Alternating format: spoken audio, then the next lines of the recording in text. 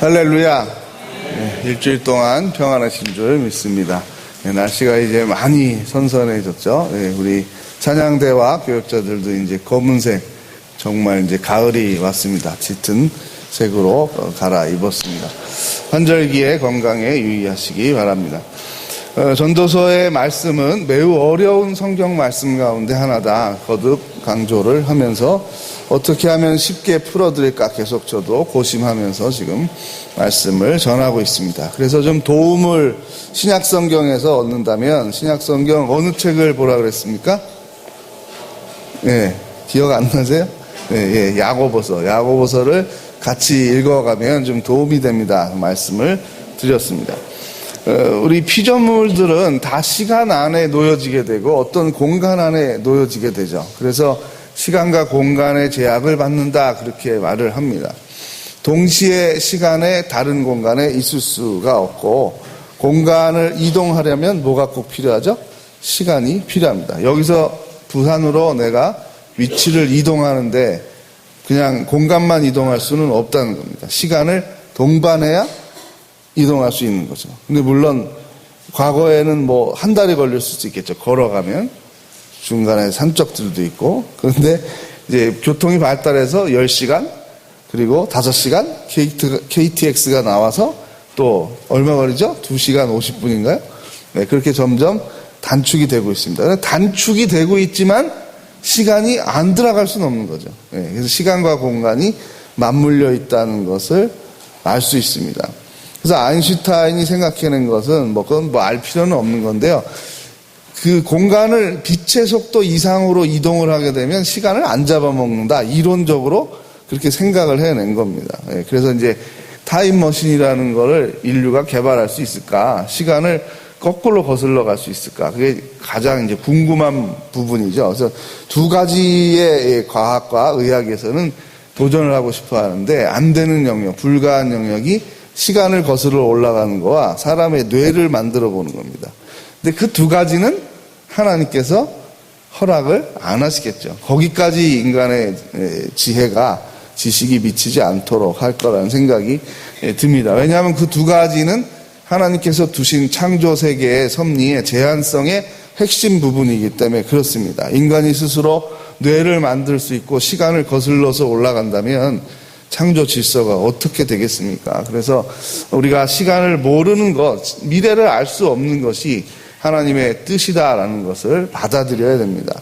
받아들이는 가운데 우리가 어떤 교훈을 얻을 수 있는가가 바로 오늘 말씀의 주제라고 할 수 있겠습니다. 하나님의 주권을 누가 거스릴 수 있습니까? 하나님이 무엇을 굳게 해서 이렇게 버티고 하나님께서 전체의 하나님의 힘을 100%를 줘서 쥐고 있으면 인류 70억이 모여서 단결해서 이거를 피려고 해도 못 필 것이다. 이렇게 좀 원색적으로 말씀을 이해해 보면 좀 쉬울 것입니다. 그 반대의 경우겠죠. 또 반대로 하나님이 힘을 작용하는데 인간이 70억이 협력을 해도 그것은 못 당한다. 그것이 성경의 지혜다. 그래서 하나님을 우리가 존경하고 두려워하는 것입니다. 그래서 경외하는 것이죠. 그런데 지혜는 이 세상 살아가는 처세술도 필요합니다. 많은 지식도 필요한데 그것보다 더 근본적인 지혜는 하늘로부터 오는, 하나님으로부터 오는 지혜다. 그것은 우리가 그렇게 좋아하고 바라는 부모의 유산과도 같은 것이다.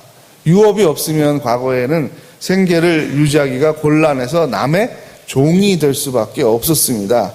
지금의 유산보다도 훨씬 더 중요한 개념을 가지고 있죠. 단지 돈의 문제가 아니라 신분의 제한까지도 부모로부터 물려받기 때문에 과거의 이 유업이라는 것은 지금 상상도 못할 정도로 중요한 것이죠. 나의 인생의 대부분을 결정하는 것이라고 볼 수 있습니다. 그래서 어느 가문에 태어나느냐, 어느 가문에 태어나면 그 사람을 보지도 않고 연애도 안 하고 그냥 결혼을 시킬 정도로 가문이 중요했다는 것이죠. 그만큼 유업이 중요합니다. 그래서 오늘도 보면은 유업과 같이 아름답고 귀한 것이다. 유업이 없으면은 생계가 곤란하다. 그런데 그 땅의 유업도 매우 중요하지만 돈과 땅과 재산도 중요하지만 더 중요한 하나님으로부터 내려오는 지혜는 생명을 올바르게 한다. 관계를 올바르게 맺게 하고 생명을 유익하게 한다라고 말하고 있습니다. 그러므로 우선순위에 있어서 우리가 다 가지면 좋지만 하나를 택하라고 그러면 어떤 것을 택해야 합니까? 하나님께로부터 오는 지혜를 택해야 합니다. 그 우선순위가 우리를 고통스럽게도 합니다. 그런 순종이 따르는 것이죠. 그래서 주대심을 고백한다라는 말을 하는데 그냥 다 좋습니다. 다 내 겁니다. 이러면 어려운 게 없죠. 그런데 선택이라는 것, 바른 선택이라는 것은 많은 내 눈에 좋아 보이는 것들을 안 갖기로 결심하는 겁니다. 갖지 않기로 결심하는 겁니다. 그리고 두드러지게 남는 것을 내가 선택하는 것이죠. 그래서 어려운 거죠. 이것도 좋고 저것도 좋은 것이 우리의 마음입니다.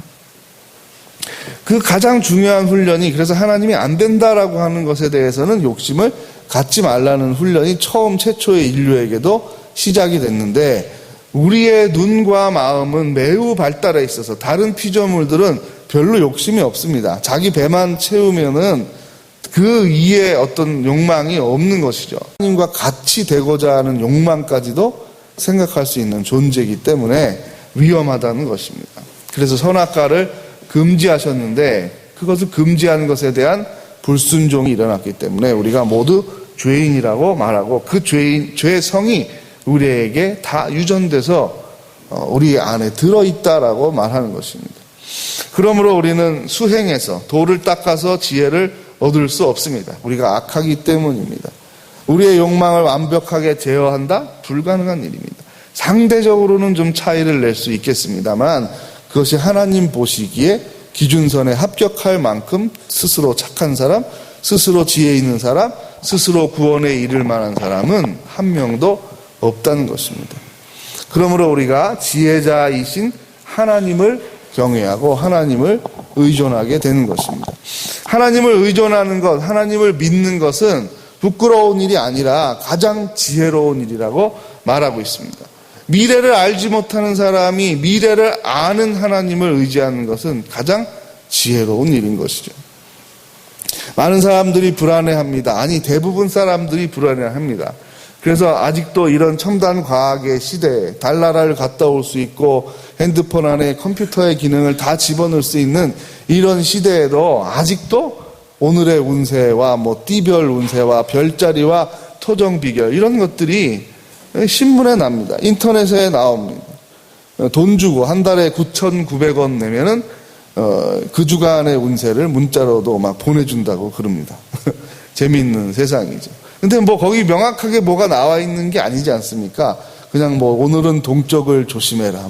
오늘은 서쪽에서 바람이 분다. 이게 무슨 말인지 어떻게 압니까?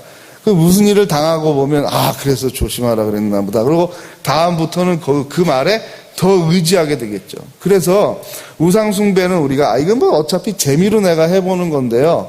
진짜 믿는 게 아니고, 그냥 재미로 한번 점을 쳐봤어요. 그렇게 시작을 하죠. 또 마약도 마찬가지 아닙니까? 한번 해보는 거죠. 평생 내가 이걸 해가지고 인생이 망가져야 되겠다. 이런 사람이 어디 있습니까? 그렇게 좋다 그러니까 한번 해보자. 근데 끊을 수가 없게 되는 거죠. 그게 문제죠. 인간은 나약하기 때문에 뭔가 내가 의존을 하게 되면 거기에 중독이 되기 쉽다는 겁니다. 그래서 지혜를 얻기가 어렵고 멀게 되는 거죠. 미련한 자리로 계속 달려가면서도 이거 아닌데 하면서도 이 방향을 거슬러서 다시 돌아올 수 없다는 것입니다. 그래서 회개하는 것도 은총이다라고 말합니다. 하나님의 영이 임했을 때 그것을 받아들이는 것도 은혜라고 말하는 이유가 바로 거기에 있습니다. 가던 길을 돌아오는 게 얼마나 힘듭니까? 가던 길이 아까운데 그때 갈 때까지 가보자. 그런 것이 우리의 미련한 마음입니다. 성경 말씀에 보면요, 잠언에 이런 말씀이 있습니다. 27장 1절 그냥 메모만 하시고 나중에 읽으셔도 되겠습니다. 제가 읽어드리겠습니다. 너는 내일 일을 자랑하지 말라. 하루 동안에 무슨 일이 일어날는지 내가 알 수가 없다. 또 전도서 8장 7절에 보면 사람이 장래일을 알지 못하나니 장래일을 가르칠 자가 누구냐라고 말하고 있습니다. 메모만 하십시오. 8장 7절입니다. 전도서. 그리고 우리가 함께 찾아볼 것은 신약성경에 예수님께서 내일을 모르는 거에 대해서 어떤 이야기를 들려주셨을까 찾아보면 누가복음 12장에 나타나 있습니다. 누가복음 12장 18절에서 21절까지를 한번 찾아보겠습니다. 신약성경 114면, 신약성경 114면을 보시고요. 누가복음 12장 18절에서 21절을 우리가 같이 한번 읽겠습니다. 시작.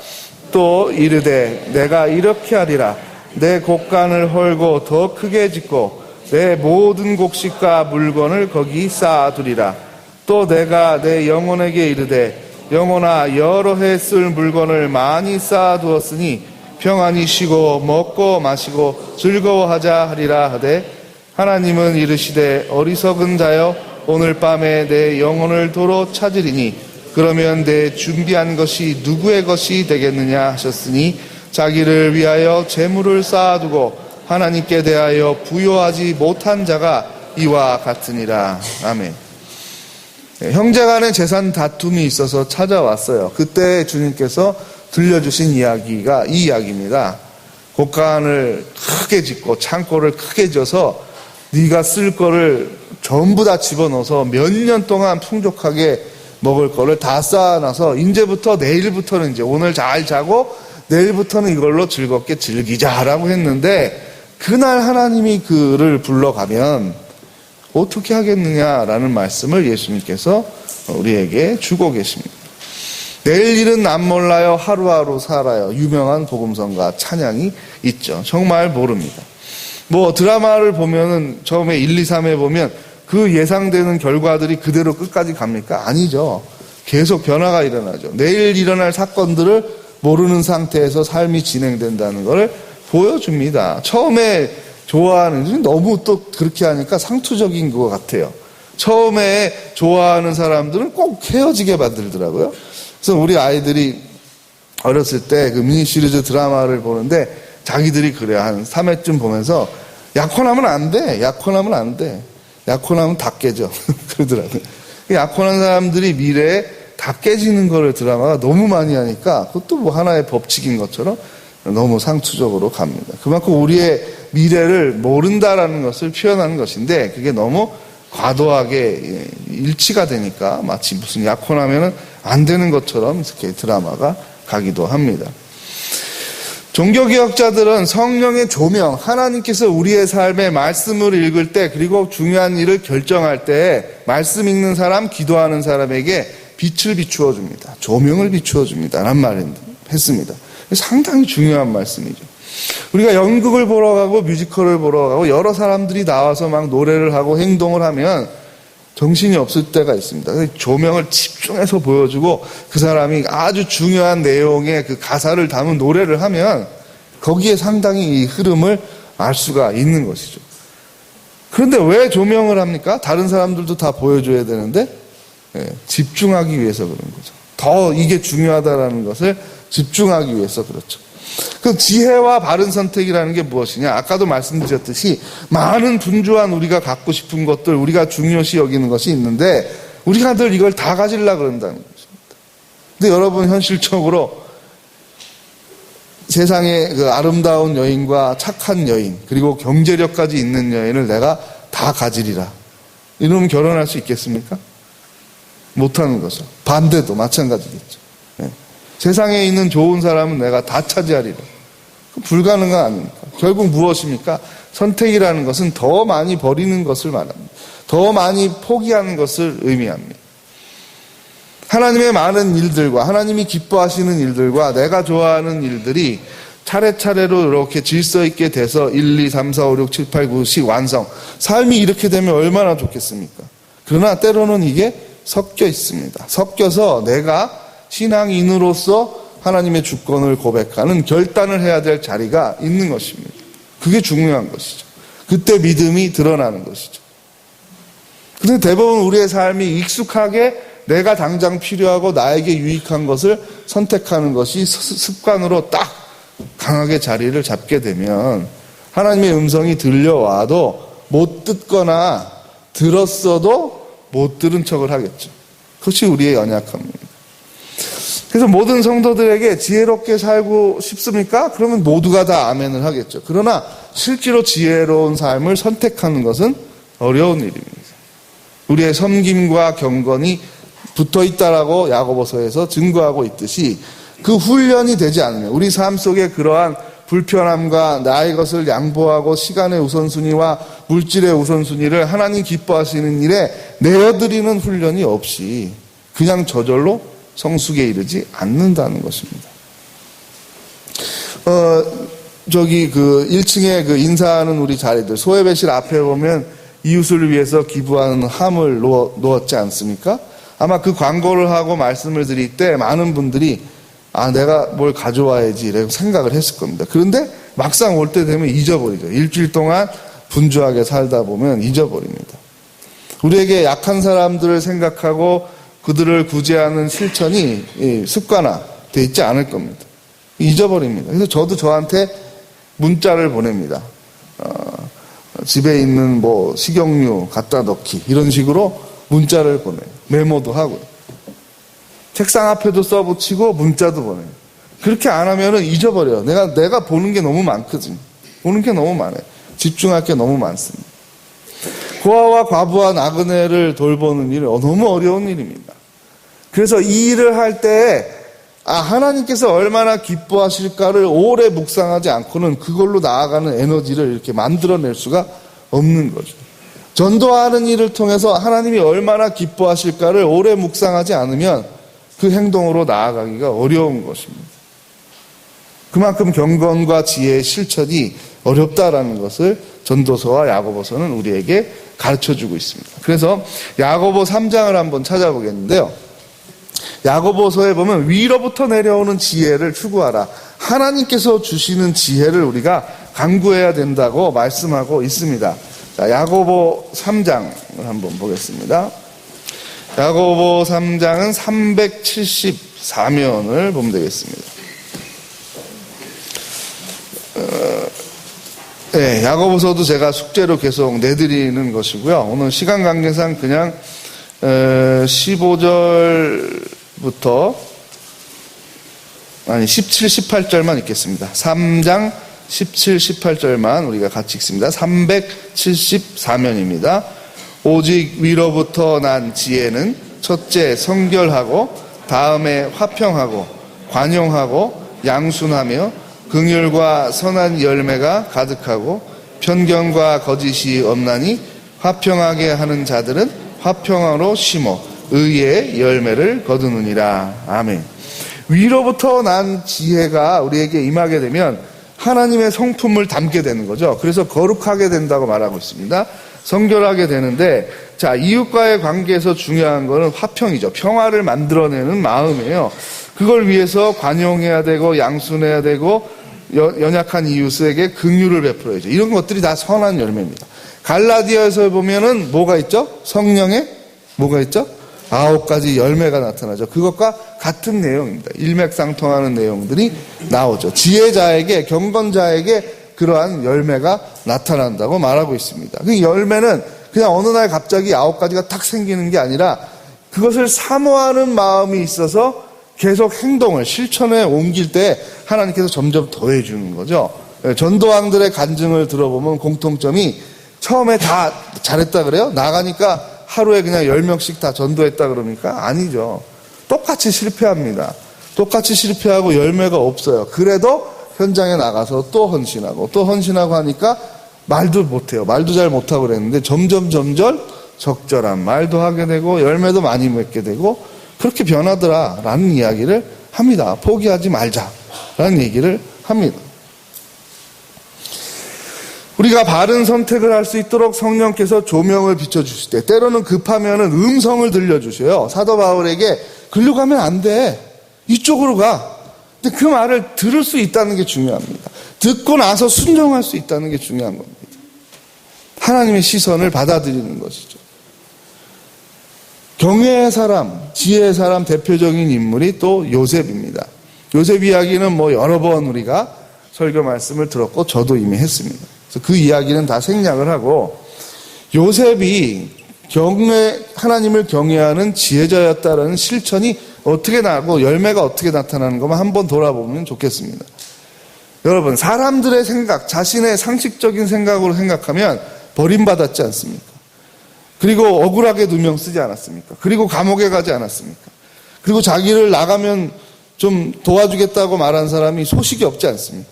하루 이틀이 아니라 100일이 지나고 200일이 지나고 1년이 지나면 절망해야 정상이죠. 절망해야 정상이죠.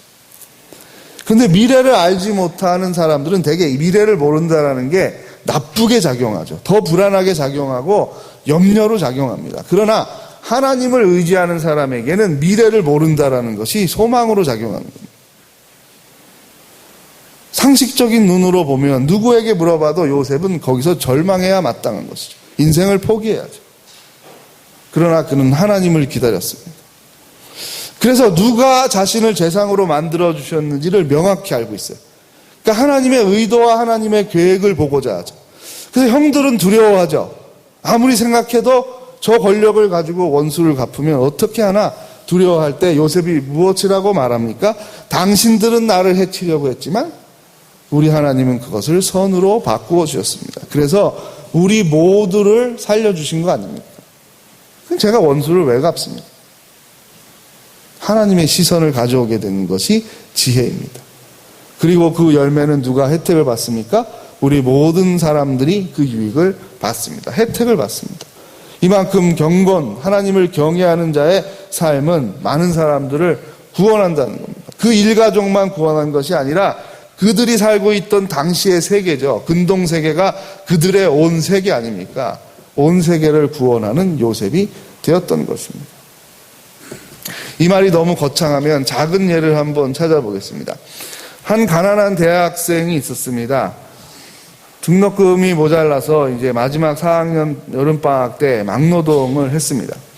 근데 돈을 계산해 보니까 점심 도시락을 싸올, 도시락을 사 먹으면 돈이 모자라요. 그래서 점심을 안 먹고 일을 했어요. 그러니까 조장 아저씨가 물어봅니다. 젊은이 왜 점심을 안 먹나? 저 속이 안 좋아서 점심 먹으면 체합니다. 그렇게 이야기를 했다 그럽니다. 근데 어느 날 조장 아저씨가 자기 쪽을 보면서 이놈의 마누라가 미쳤나? 왜 이렇게 도시락을 많이 싸줬어? 이거 배불러서 어떻게 먹어? 여름인데 다 쉬는데 가져가면 그러면서 도시락 절반을 반찬과 함께 덜어주더라는 겁니다. 그래서 어차피 버릴 거니까 생각하고 먹었는데 매일같이 이놈의 마누라가 도대체 말을 안 듣네. 적게 싸라 그래도 왜 이렇게 많이 싸주냐 그러면서 나눠 먹고 여름에 그 아르바이트를 마치고 이자가 이제 대학생이 이제 취직이 돼서 월급을 받고 이 아저씨가 생각이 나서 그 부부에게 밥을 사주려고 그 일터에 찾아왔습니다. 그랬더니 그 격리를 보는 아가씨가 왜 왔냐고 또 왔냐고 물어봐서 말을 했던 겁니다. 내가 이렇게 도시락을 계속 많이 싸준 그 아주머니한테 감사해가지고 식사 대접하려고 그런다 그랬더니 그분 지금 아파가지고 좀 쉬고 있는데 그 부인은 오래전에 돌아가셨다고 오래전에 죽었다고 말을 하더라는 겁니다. 네. 이해가 되셨죠? 네. 왜 부인이 죽었는데 왜 안 죽었다고 도시락은 누가 싸줬지? 이렇게 질문하시는 분들은 나중에 좀 질문을 옆 사람에게 해보시기 바랍니다. 네. 이렇게 작은 실천입니다. 같이 가난한 사람이죠. 부자가 아니겠죠. 막노동을 하는 사람이 경제적인 여유가 있어서 취미로 그걸 하겠습니까? 다 어렵게 사는 사람이죠. 젊은이가 어려운 걸 눈치를 채고 자기 도시락을 계속 나누어 줬던 것입니다. 누구를 사랑하기 위해서는, 섬기기 위해서는 구체적으로 나의 것을 내놓아야 합니다. 그것도 선택입니다. 내가 시간의 헌신, 물질의 헌신을 작정할 때 그만큼 내가 이만큼 할 수 있는 것들, 이만큼 할 수 있는 편리함을 포기하겠다는 의지입니다. 그래서 하나님께서 기뻐하시는 겁니다.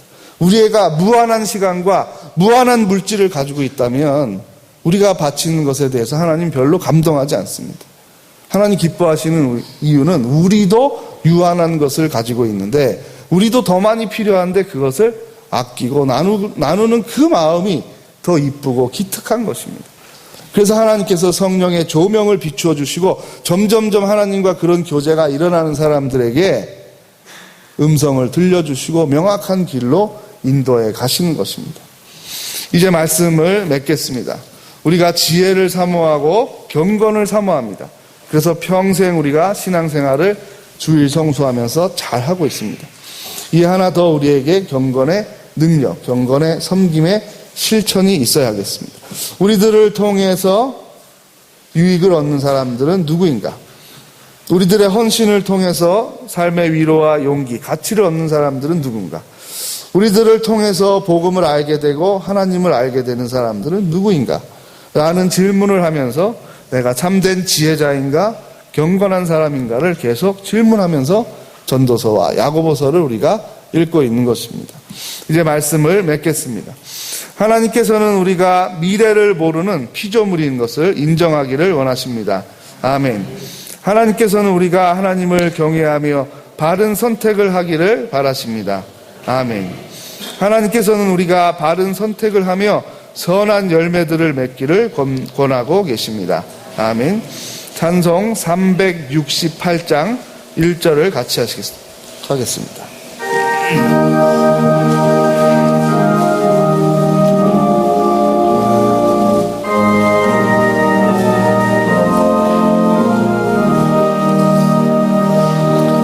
주 예수여 은혜를 내려주사 곧 충만케 하옵소서.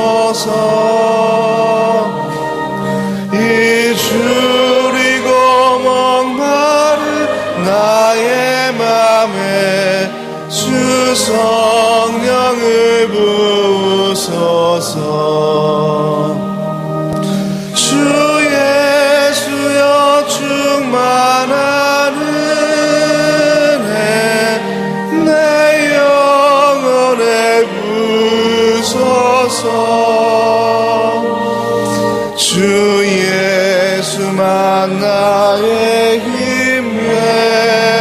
되고 내 만족함 되리이다.